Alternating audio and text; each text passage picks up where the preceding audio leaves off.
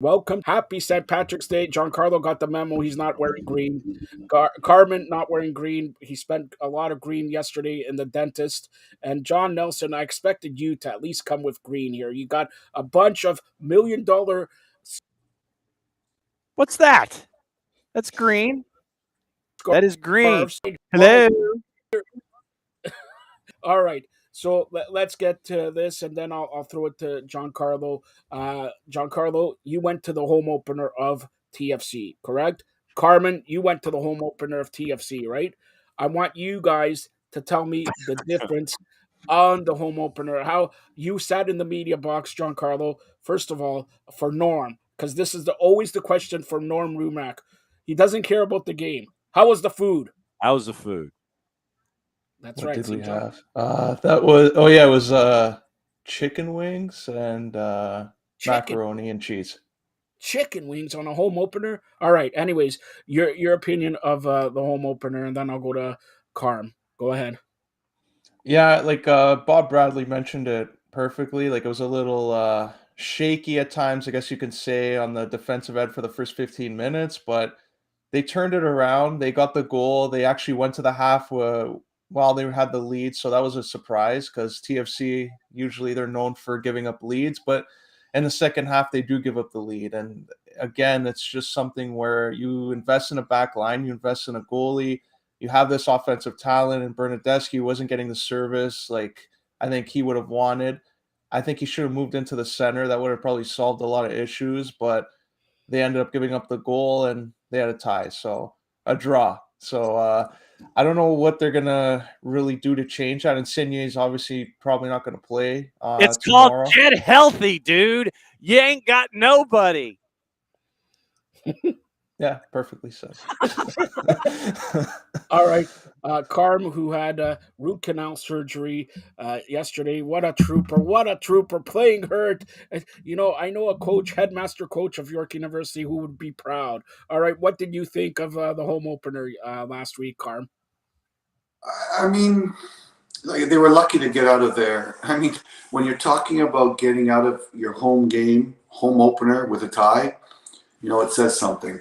They couldn't handle the craftiness of the top three. Zella Ryan kind of put on a clinic at times, just going forward. And I just I didn't see an identity to the group, And we keep talking about individuals, and we keep talking about it wasn't a middle press team, it wasn't a high press team. It was kind of discombobulated. I still think they have a very talented top 11. And I think DeAndre Kerr came in and did a decent job, making proper runs, getting a goal, doing things properly. I just think they still need to find that identity, and protecting the spaces between Bradley isn't something that they're doing well. So yeah, Bernadeschi in service. I thought Bernadeschi had the ball in some key situations, but it was just there wasn't a flow to their game. There wasn't a style of play that when Bradley was with LAFC, they were incredibly a pressing team with a proper mentality, and you could see them just overwhelming teams with pace and energy and pressing and being susceptible to the counter, and that eventually got them. But there just seems to be an in-betweenness of this group that I don't like, and there's an in-between um, of not only their tactical approach but their mental approach. All right. So now TFC. Let's get to Atlanta United. Go ahead, John. You were there. Atlanta looks impressive in the first few games. Yeah, well, I mean, when you're healthy, it's amazing what happens, right? When you've got the activity that's there, you got 7 points in your first three, and Thiago Almada. I'm not anticipating, I know the fans would just love to have Thiago Almada here for the entire season. I don't quite see it. I think in the summer window, you're probably going to get the offer that you can't refuse.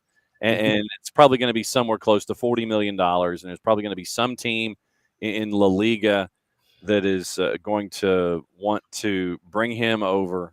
Tremendously talented player. And you can tell that winning the tournament in November and December, the worldwide tournament to determine the worldwide champ, really has done a lot for his confidence. I mean, the bangers that got the win in the home opener, and then you end up getting the result that you do against Charlotte, where you're up 3-0 early, and you end up with helping out there. Caleb Wiley gets a brace, and he gets an assist with Luis Araujo getting a goal, Thiago Almada being active, and all of that.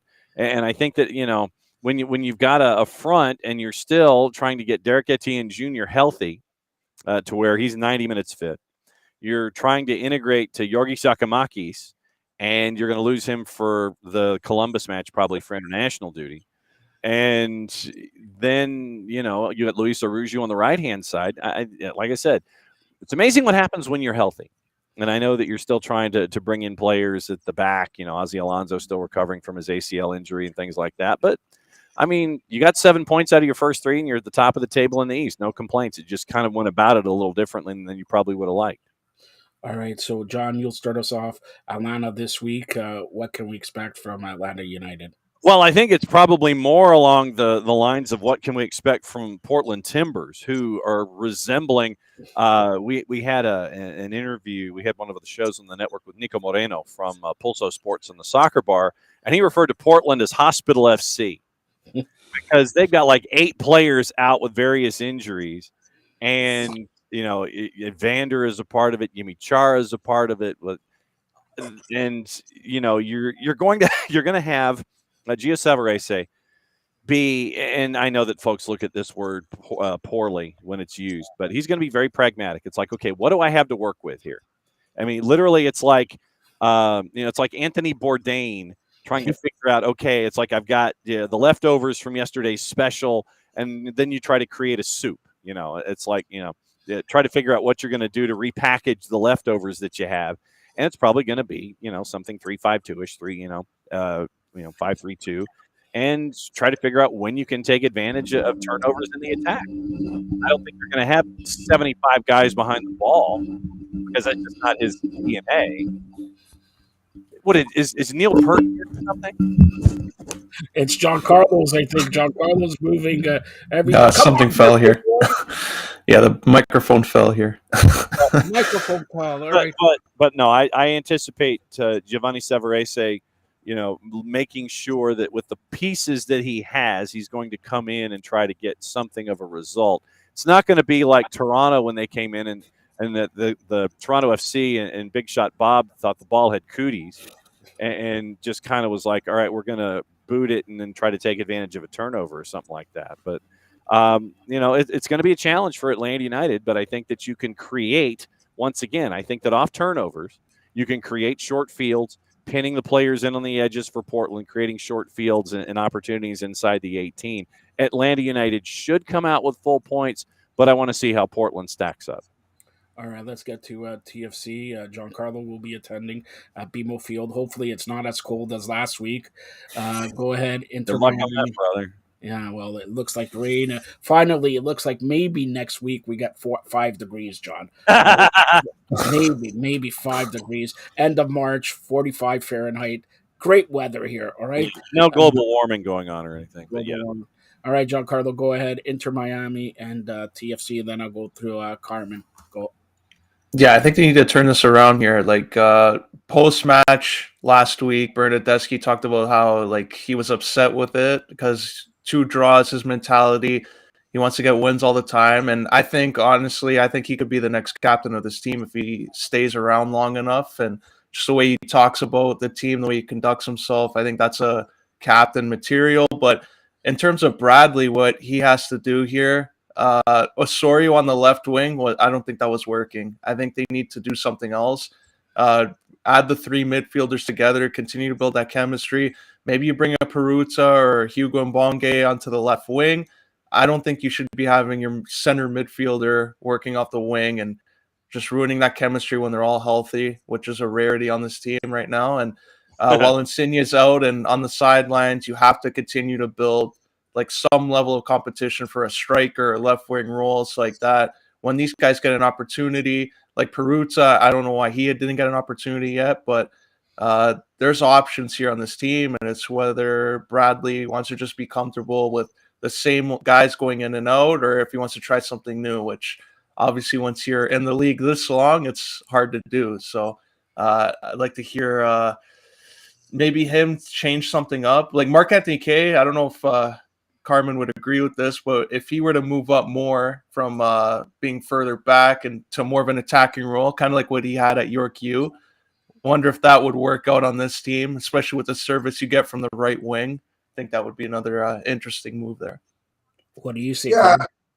I think that it's a good point, Giancarlo. They need to kind of tinker at this point. But I think the tinkering with also on the left side wasn't new to it, because I know Greg tried it a bunch of times. And I think it was more to give the space to their new Italian left back, who's honestly a smooth player. I was very impressed by him. On the ball, he was very good. I thought Richie had spurts of it, but I'm okay with the tinkering part. It's just, I mean, the gaping hole right now is the lack of mobility in that D mid, and I hate to say it, you know. Everyone's talking about a number 9, a number 9, a number 9. We definitely need that, but maybe it's time, and it's inevitable that Michael will be on the coaching staff, and maybe this is his last year. But I think that lack of mobility and within the system, it hasn't really covered his lack of mobility is hurting him in those half spaces.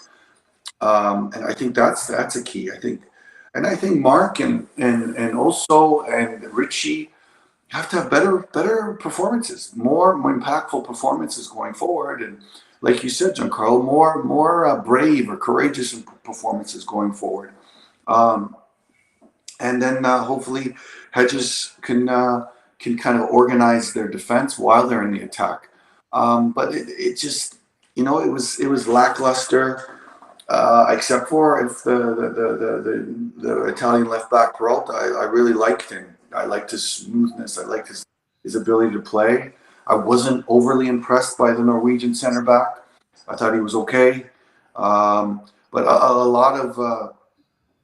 lot of issues could be solved in gaining that identity. Whether it's the humility of saying, okay, do what we do against Atlanta and look to counter off of Bernardeschi, and when Insigne gets back, or it's okay. Let's get up the field and let's get it compact and higher up the field, and hopefully we won't have to deal with what we had to deal with against Columbus with their top three that was so mobile and so dangerous every time they got the ball.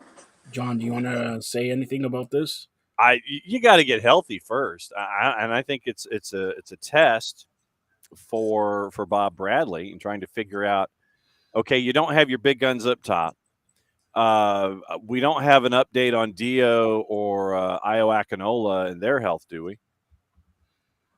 It looks like Akinola got called up. Oh, if Akinola was a roster decision or an injury decision, to be honest with you, I'm not so sure.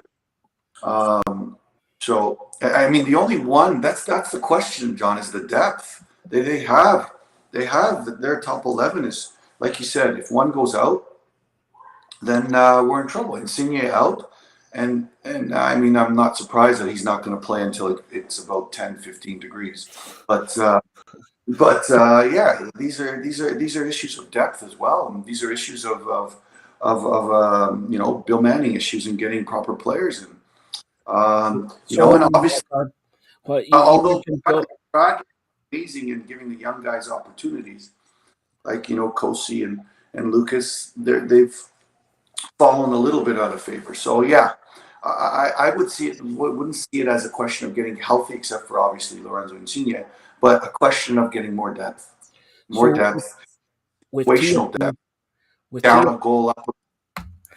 Sorry, Joe. With TFC, Atlanta had a terrible year last year. They come back and they're almost in first place. TFC every year starts off slow, and every year the same thing. And it's maybe the coaching. Maybe yes, you're gonna have injuries or whatever. But look at Atlanta. Atlanta is an example. They didn't play up to snuff last year, and now to begin the year, they're ready. They're healthy. Okay, yeah, but they changed schematically. TFC is there, and do we really expect them to win tomorrow, Giancarlo? Yes. Okay, I'll ask Carm. Because he's biased. Go ahead, Carm. Do you really expect them to win tomorrow? Inter Miami in a freezing cold Saturday evening. Yes, I do expect them to win. And what if they don't? What excuse are they going to come up with when they say, "Oh, well, we don't have our players or whatever"? They should win. But do you really have confidence that they're going to win? They should win. Yeah, I don't yeah. have confidence in them. I think they're going to win tomorrow. I do think they're going to win tomorrow. I do think that I think they could find a way to win, just like they found a way to tie Columbus in Atlanta. Like, I mean, Bernadeschi's talking about not being happy with ties, but whoa, it's probably leaned more towards losses than in Atlanta. I mean, John, I hate to say it in front of John, but it's true. Atlanta was the better team, and it was time that kind of the tie. Same with Columbus. But if they don't win this weekend, which I know the players are looking at it as a massive game, just like they did against Columbus, I think that there's going to be a lot of questions asked, and now it's going to be eyebrow raising time, and it's going to be board of directors time saying, hey, how do we fix it? All right, so So I think that this game, just like last game, was one of those we'll call them a KPI, key performance indicator. I think this game's even more important than last week. So we'll see. I mean, it's going to be interesting how everything transpires. But yeah, I expect them to win this game 1,000% on Saturday.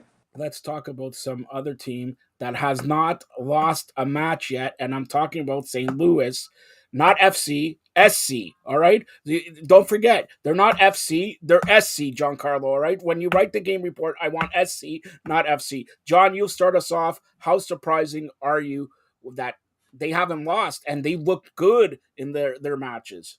Well, and also, Giancarlo, you have to remember that it's St. Louis City. Yeah, SC. capital.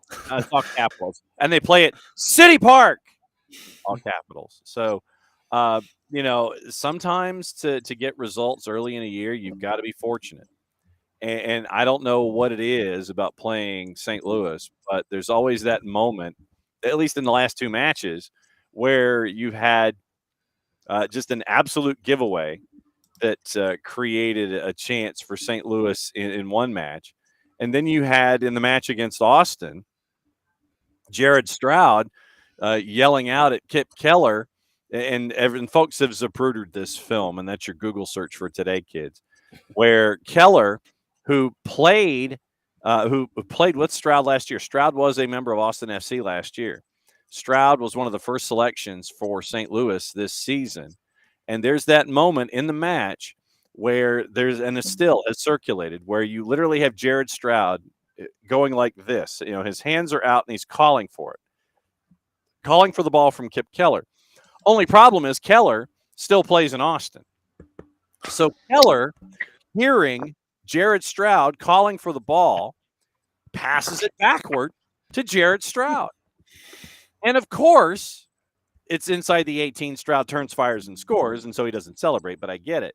And it was one of the questions that we had a couple of weeks ago. If you were in that situation, if you were Jared Stroud and you were on the road against your ex-team, would you call for the ball from an ex-teammate to see if he would kick it to you? Kip Keller did. Jared Stroud scores. And St. Louis goes on to beat Austin. And so it's got to be one of those moments where, that's happened twice for them. But then you've got a combination of Lewin and Strauss in a team that was built by Bradley Carnell and Lutz Pfannenstiel in a very, very Red Bulls kind of a way. And so far, St. Louis has done pretty well. I'm waiting for them to come crashing to earth probably in the heat of the summer, or at least the second time through the lineup. Because, like when you're looking at a baseball prospect who comes up And, first time he comes up into the majors, you don't have a book on him. And so he comes out of the blocks and he's hitting 340. Second time that he goes through the league, everybody's got a book on him. And they know that if you throw it low and away, that he's going to go chase it. And, he gets that second section slump. How does St. Louis respond to that when that starts to happen? That's the biggest question for me. Great start on you, but when that slump starts and we know it's going to come, how do you respond? That's the biggest question for me for St. Louis City SC. All right, Carm, that's your opinion on St. Louis City SC. City with a capital. Yeah, I mean, it's too early to tell. Sample size is too small. Austin had other worries. Obviously, they tanked in the in the Champions League awfully. But as far as their first game against St. Louis, they're just at a different level emotionally and with intensity. I think right now, I think their compete is at a high level. And to be honest, I think they did a really good job of putting this team together, not only in the last 8 weeks, but in the last probably 8 months, where a lot of the players were playing in the USL or came later into the USL fold. And I think that there was a lot of preparation to lead to day 1, 2, and 3. Well, I'm in John's camp saying that what's going to happen in June, July, when games get longer and depth gets tested, and situations go with a little more pressure, and how do they react to that is going to be very important. So yeah, sample size is small. Incredible beginning, incredible atmosphere. Love Midwest soccer. Love the Midwest mentality. Love the Midwest Plowboys. So I'm happy for them, and I hope that their success continues. But looking at their roster, it's more likely not to than to be as obviously as good as it is in the beginning. Spoken from a guy who played in Milwaukee, and it's St. Patrick's Day, and he wants to have Miller Lite and all that stuff. All right, so that's what. Now we be McGillicuddy's right now having a great party in Milwaukee. All right, I'm not going to get there here. Okay, so let's talk. Turn our attention this week, and John, you gotta explain it to Carmen because he's dizzy here. We have the World Cup in 2026, U.S., Canada, Mexico. We have the breakdown and all that. Break it down for everybody because Giancarlo's doing combinations, permutations. Wants to see if Italy will qualify even with 48 teams, and I'm on the fence about that. But go ahead, John. Well, what do you want me to break down about it? Well, tell everybody 104 matches. Yeah. All this, the groups and everything like that, and I think it's a 6-week event now instead of a month. Yeah, and because once again, you're talking TV revenue and opportunities for FIFA to get some more revenue out of the deal. Who knew that FIFA would be like that? When you're looking at it now, there was initial talk that it was going to be 16 groups of 3, which is ridiculous. And they finally saw the error of that, and they're like, okay, we're going back to 12 groups of 4, and everybody in the soccer community is going like this. It's like, yay, good work by you. So right now, that's what you're hunting for. And we've been talking about it a lot here. We've been talking a lot of it on SDH about how each of the federations that are hosting the tournament in 2026, they got issues right now. Each one's got issues. Each federation has issues. And so we'll see how these issues are handled. But yes, more matches, longer tournament. Thank God it's back into the normal part of the schedule where we're used to seeing the championship for the world and trying to figure out who the best in the world is. Put it back to where it was. Thankfully, you've done that. More matches, back to 12x4, which is the way it should be. Good work by you, FIFA, to come back to the beginning of the story and just go in a big circle. Wow, you were. Is MLS question? Is MLS taking the 6 weeks off or 4 of this? Well, I think that what we've had the option in the past to sit there and say, okay, you can play during a World Cup break or not, but it wouldn't surprise me if, since it is a local tournament, and what I mean by that is here in this hemisphere, that they do take that time off. You won't have if you're gonna, you won't have Leagues Cup. Leagues Cup will be 23, 25, 27, something like that. It will. I don't think it. So they'll figure out a way to not have it in 26, or if they do, it'll be some weird augmentation of the schedule. But yeah, I think that right now Leagues Cup gets the year off. It'll come back in 27. And we'll see what happens. But yeah, it's there's a lot to play with here. But I don't think MLS or the CanPL or Liga MX is going to take that time. And I'll ask John. Maybe you know better than all of us here. Do you know the breakdown of the games in which stadium? We know which stadiums, but not yet. Okay, so what determines that if it's going to be in BMO Field? I'm saying Toronto and in Canada here in BMO Field or Edmonton, Vancouver. What determines that? FIFA and the proposed television windows, sir. That is how it is always going to be. It's like, all right, so we'll figure out. You're going to get. You might get a mid-afternoon Easter. It's going to be based on the Eastern time zone, and everybody else will sit there, and it'll trickle that way. But most of the matches, obviously, will be in the United States, and it's just trying to figure out what's going on. I know that there was this massive furor, and I'll go ahead and use the air quotes, furor this week about SoFi Stadium in Los Angeles, and this is in the British press, that in SoFi Stadium in Los Angeles is too small the field is too small at SoFi to host a World Cup final. And those of us here in this hemisphere are going, well, duh, they know that, and they're going to fix it. They have 3 years to do it. So there was this frothing at the mouth and gnashing of teeth and hands in the air by the British press. Oh, SoFi's too small. Yeah, we know this. Good way to catch up, folks. We know this. We know. It's okay. All right. I'm going to break a story to Carm right now. Carm, you see what John said about SoFi Stadium. John Carlos, listen. The mashing of teeth really hit me. No, but listen, you see what John said about SoFi Stadium. I'm sending you on April 1st and April 2nd to SoFi Stadium to look at SoFi Stadium, to see the measurements and get in the ring with Jake Paul. You're training, you're saying your prayers, eating your vitamins. WrestleMania's at SoFi Stadium. You and Jake Paul. Giancarlo, who you got in that one? Carmen. Carmen and come on, you know how to. Yeah, that's right. All right, Carm. Let's look at stadium I want to see is SoFi Stadium right now. So. I've been there, brother. I know exactly what you're doing. I'm right there with you. So let's and Carm, I don't want to get you in trouble, but we got to talk about. I don't want to get you in trouble, but yeah, we got to talk about the resolution, or is there a resolution with Team Canada and the pay and everything like that? Tell you what you know. Tell us the latest. What I know, the budget is what the budget is. So they've agreed to pay the players this much money. And because they've agreed to pay the players this much money, they might have to take out a camp or two. I don't know what to tell you. That's the reasoning that, and I'm hearing that they're not happy with it.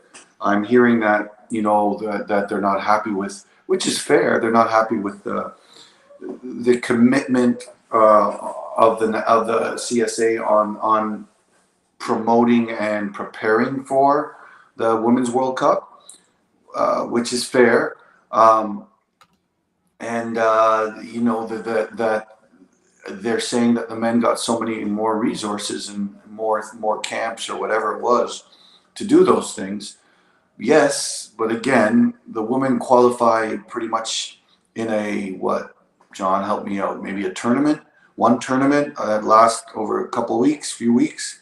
And the men have to do the octagon this year and play home and away all over the place. So it wasn't necessarily by choice. It was by competition model. So yeah, a lot of these things are coming up, and the CSA are saying, sure, just put it in perspective. We'll pay every player at least $4,000 per game or per whatever. But what used to cost $150,000 to run a camp is now costing, $250,000 or $300,000 to run a camp, which it's got the money's got to come somewhere. So yeah, they right now they're just having a tough time putting that together. And again, I've said this over and over. Like I don't know if it's appropriate to look to the past or not, but in the past, when the women were qualifying and playing in World Cups and Olympics, they were granted a bigger part of the pie. So a lot bigger part of the pie, and it was totally acceptable and totally the right thing to do. But now that the Canadian men's team has become a little more relevant, which was probably not in the narrative for the CSA, it's becoming problematic to share that pie. And there's all kinds of arguments about production as well. And there's all kinds of arguments about equality, and there's all kinds of arguments about one player on the Canadian national team is worth. All these things are important messages, but not necessarily should be focused on the CSA. It should be focused on the greater good mentality. It's not the CSA's fault that Alphonso Davies is worth $100 million, and Christine Sinclair, who should be worth $100 million, isn't. Right? So these are the situations that the CSA are dealing with, but it's pretty much out of their control. So I think it's world issues. Should Christine Sinclair be worth $100 million? Absolutely. Right? But Alphonso Davies is worth $100 million because of the makeup of the inequalities of the world. Should the onus of the inequalities of the world fall upon the CSA? I'm not so sure that's the way to look at it. Giancarlo, give me your thoughts, and I'll throw it to John.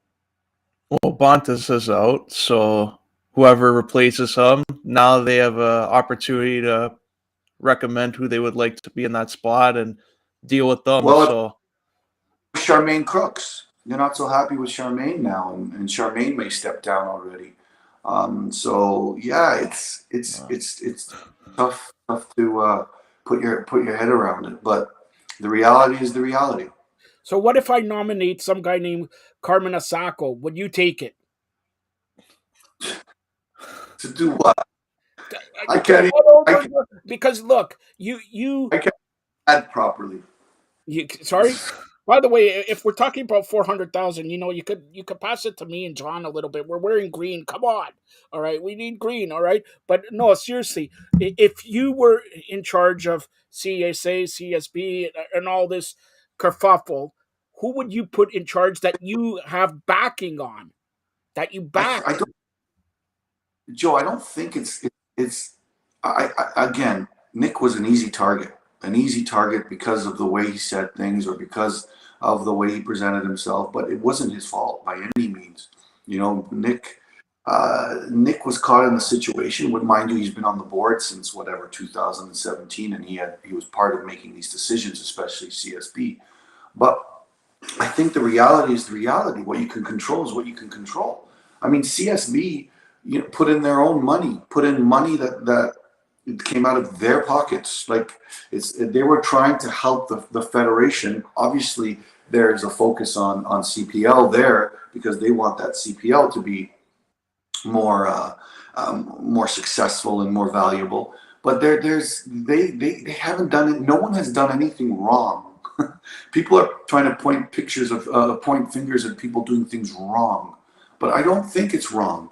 I think that they've been clear about the numbers.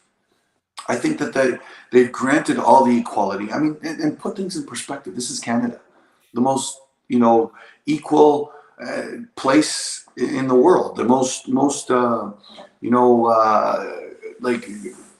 how can I say it? Most place that does their best to make things all equal. And that's not. I don't think anyone can argue with that. So I think that the reality is, do they accept the reality? That's another question. Should they accept the reality? That's another question. But does that become an issue for the CSA? I'm not so sure. But, hats off to the women's team who are doing what they need to do to kind of push. They're doing but they should maybe be pushing to FIFA and pushing towards world organizations as well. and as well as Canada, but more at the governing bodies. Because, like I said, I think the perfect example is yes, Christine Sinclair should be worth $100 million, but she's not. Alfonso Davies is worth $100 million, and that's the lay of the land right now. Should it change? Absolutely. Will it change? I don't know. That's FIFA. John, as an observer in the United States, when you hear everything that's going on here, what do you think? It's disappointing. When you have members of the Canadian women's national team being called to Ottawa to testify and give their thoughts on the matter, and then you have individuals who are either in positions of power or were in positions of power. I think that Bontis' representatives or someone close to him said that he was not going to come and testify and give his statements to what he thinks about the current state of affairs up there. And it's disappointing that it has to come to this. And like I said, Mexico's in trouble for different reasons. They have waited too long, and they are too impatient when it comes to their men's team, and they don't have a younger generation, and so you wonder about the future of El Tri. And when it comes to the women's team, the women's league specifically, Liga MX Femenil, needs a lot of work. I mean, because there are a couple of teams in Liga MX Femenil that are fantastic, but it is truly haves and have-nots. I mean, you of the 20 sides that match the teams in Liga MX that have the male side and the femenil, you literally may have 4 or 5 teams that are invested in properly, and the others are not. And you can tell when the product is on television. In the United States, you have the NWSL, which is still struggling to get. I mean, with the fact that Ally has stepped up and is willing to invest, I think that the cap in the NWSL probably needs to be adjusted, and looked at. You're seeing expansion in the NWSL, which is a fantastic thing, the rebirth of the franchise in Utah. But I still think that the NWSL, especially with the internal issues that we've been talking about over the last 2 years, NWSL has a long way to go. And in Canada, obviously, we're talking about Canada soccer on the women's side. On the men's side, there's growth there. But then you got into the group stage and you completely and totally crashed out. So how do you learn from that experience? So each of the 3 host nations for the 2026 World Cup, each of them have their issues. And sadly, a lot of them are tied to the women's soccer side of things. And it's disappointing that in a situation where all 3 nations can be role models, that each of these 3 nations has problems that they need to address. All right, let's get to Giancarlo. You'll start us off. Let's give an update for the Europa League and Champions League. So you'll start us off with that. Go ahead, Giancarlo. Yeah, a lot of Italian teams are in there. That's That's why I nice to started see. you off. Whether they're going to be successful in this, not too sure. But I think it's a nice start to see a little bit of a turnaround, some attention being on their league. And if it can have a positive impact of what goes forward there, I think it could be something that they continue to market themselves as, because the Premier League's obviously always going to get that attention, just the TV rights deal they have, the English broadcast. But if Serie A can get to a point where they were at least over a decade ago, I think that would be positive for just European soccer in terms of how they're viewed, because Spain isn't what they were when Ronaldo and Messi were going at it. So I think there's an opportunity there for some of these Serie A teams. Before I give it to Carm, you want to answer this question, Carm, from your good friend, Marty Roberts. Why does the MLS start playing in Toronto during the winter? Well, Marty, I'll answer that. The winter in Toronto goes till May. All right? So that's it. But Carm, do you want to answer that? Go ahead. No, it's just aligns with the MLS season. That's what it is. What it is. But I mean, we've played in colder weather. We've played in hotter weather. So it was, but we still had 30,000+ at the stadium. It was still a great atmosphere. this still had good moments of the game. So yeah, that's the reality. It aligns with just like they play the NHL hockey playoffs in June, right? So what does that make sense? So all of it is what it is. It's like John says, TV and sponsorship. But yeah, the Champions League, AC Milan drew Napoli. Come on, right? And you could end up with a matchup against Inter if you get past that. Yeah. Yeah. Well, I guess it is what it is. It's always a conspiracy. Italians, right, Giancarlo? Always a conspiracy against the Italians. But you know what? Far from Napoli may be one of the favorites. The way they've been playing coming into this quarterfinal leg. I think Manchester City and Bayern Munich is. You know what? Bayern Munich found a way to beat Paris Saint-Germain, who's still the most talented team in the world. But I think this is a good matchup for Pep. I think Pep knows the culture well. Pep knows the tactical mindset well. I think it'll be interesting to see because Bayern Munich has been limping through the season, hasn't been as dominant as they have, and without Lewandowski, they're not as frightening as they can be. So I like that matchup as well. Inter went from one Portuguese team to another, which hopefully they can be better than their opponent for more than 10 minutes at a time or 15 minutes a game to find a result. But that's an interesting matchup as well. We'll see. They should be comfortable with the style of play and the tendencies of the Portuguese teams. And then there's a lot of great matchups coming about. Chelsea, and Real Madrid should be interesting. I think Chelsea's not. I love this guy's talking Chelsea. Yeah. I love. I heard Chelsea and oh no. Well, but get it and I love how the English media handled the draw, because this morning they said that Manchester City could play Chelsea in the next round. Literally, that was how the headline was phrased. And I'm thinking to myself, okay, but Bayern Munich could also play Real Madrid. And I'm like, really? Okay, Chelsea could play Manchester City in the next round. Come on. English media, what a surprise that they would do something like that. All right, John, go ahead. You give me your thought on Europa and the Champions League.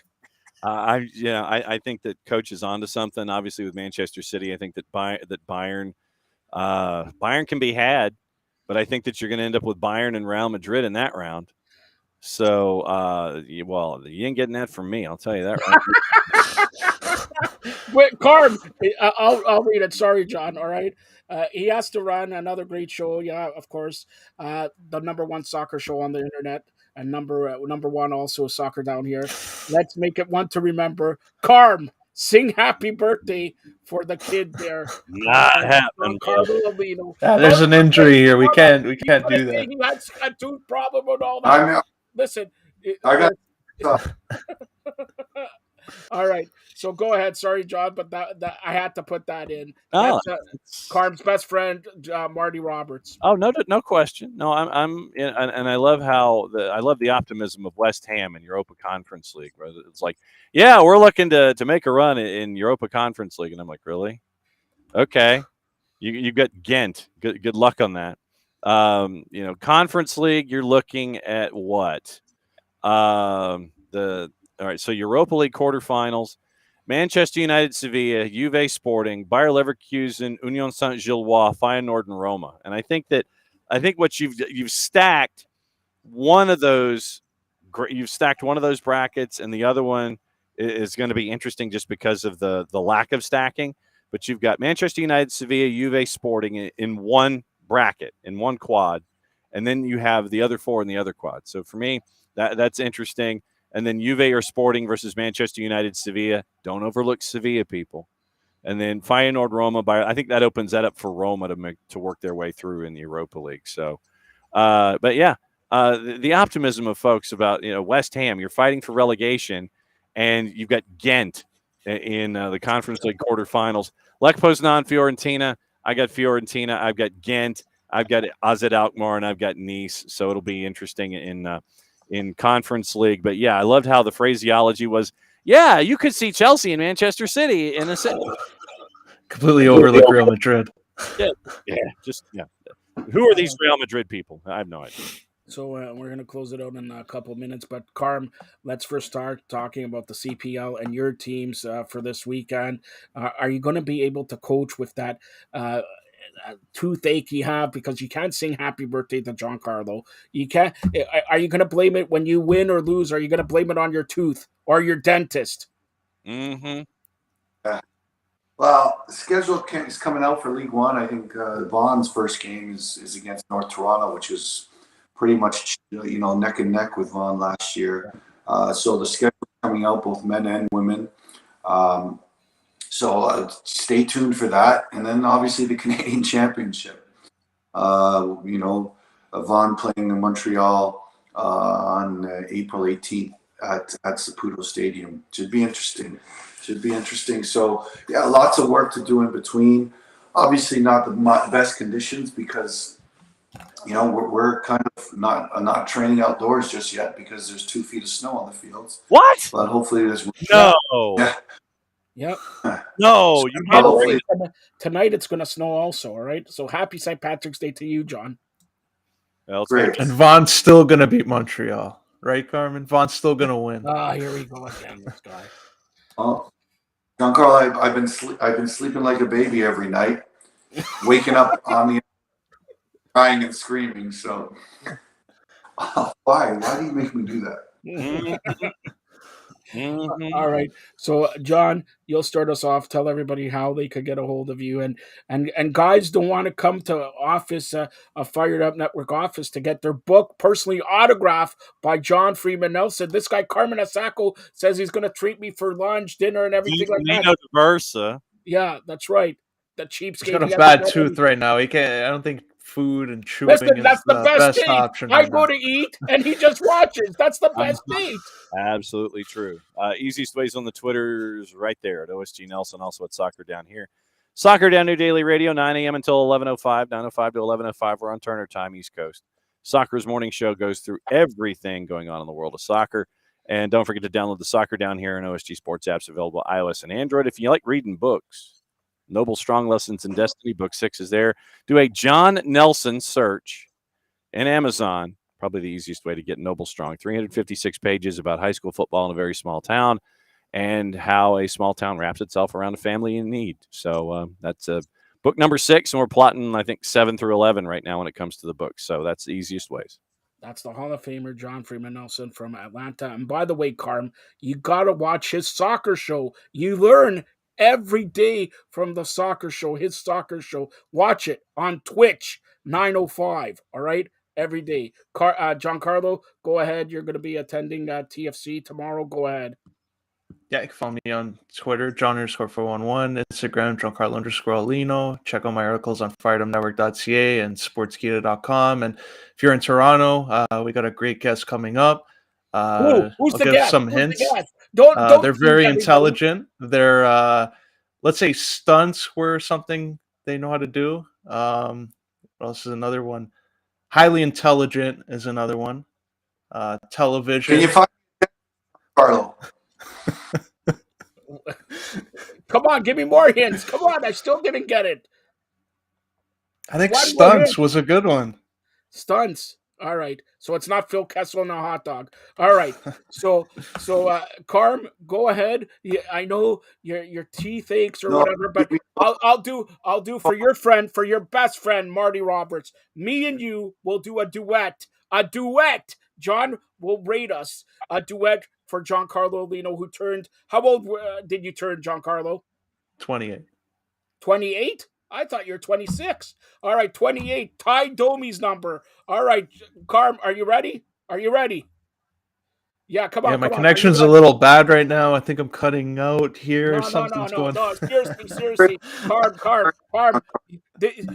You don't want to go to another coaching career. I need to make you. Talent. Trish Stratus is on it. She's watching right now. Come on. Not even for Trish Stratus. See how he changes? All right. So No, happy birthday to Giancarlo Lino. happy birthday, Carlo. You don't want to hear us sing anyway, so why don't you say Nah, that? it were just the message was nice. I appreciate that. Did you get everything you wanted? Did you get everything you wanted? I know you. My present you didn't You'll have because you to don't want us. to come We'll here. go to You'll go to. I hear this from the 1984 when I saw him, and he was Italy, Italy, Italy. Come on, it's been 32 years since you. I could buy a Nino D'Aversa a restaurant already. 34 years. Come on. All right. So happy birthday, Giancarlo. Did you get everything you wanted? I have something for you. It's an autographed book from a Hall of Famer in Atlanta. That's a perfect gift. I have it too, and it's a great book. Wait a minute. Did you just see what he said? He has it. It's not autographed. This one is autographed. It will cost a little bit more. You got to give me $20. So it's like if I'm going to meet you and all that.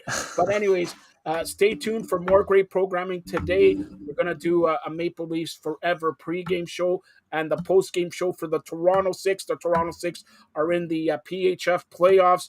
They take on the Connecticut Whale at the Mattafme Athletic Center, formerly Maple Leaf Gardens. Carm, Marty Roberts just chimed in. What are your memories of Maple Leaf Gardens? I used to play at Maple Leaf Gardens I know, when and I you used played to for give the up 8 goals a game. But go ahead. What are eight. your Carm memories? also could chew his food in Maple Leaf Gardens with regularity. Best memories were there when we get into our home locker room was the away locker room, and you see all the lineups. Messier, Gretzky, and all those lineups were like wow. So those are good memories. I loved Maple Leaf Gardens. We had time that year there. Coming onto the field, watching Felix Potvin and Matt Sundin and Ty Domi and that whole group playing on our indoor soccer field. It was lots of good memories with Maple Leaf Gardens. Lots of good memories. But now it's the enemy because it's Toronto Metropolitan University. And I am. And it's a grocery store. And Giancarlo, since you're Ty Domi's number, do you have any memories of Maple Leaf Gardens? No. First game I went to was at Scotiabank Arena in 2000, probably one. So I missed out on that. But yeah, Ty Domi, I was a big fan. Yeah, whatever, Ty Domi.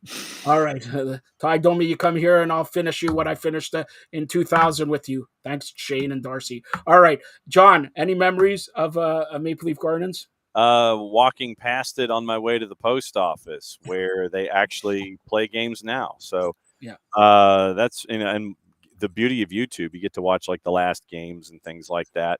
Well, yeah, if you really want to get into it, the curve on Marty McSorley's stick. How about that one? Oh my gosh, this guy. All right, on that note, you guys pissed me off. This guy doesn't want to sing. This guy's birthday, he never got me a present. He never takes me to Nino D'Aversa. All right, stay tuned for more great programming here on the Fired Up Network. Thanks a lot, guys. Bye.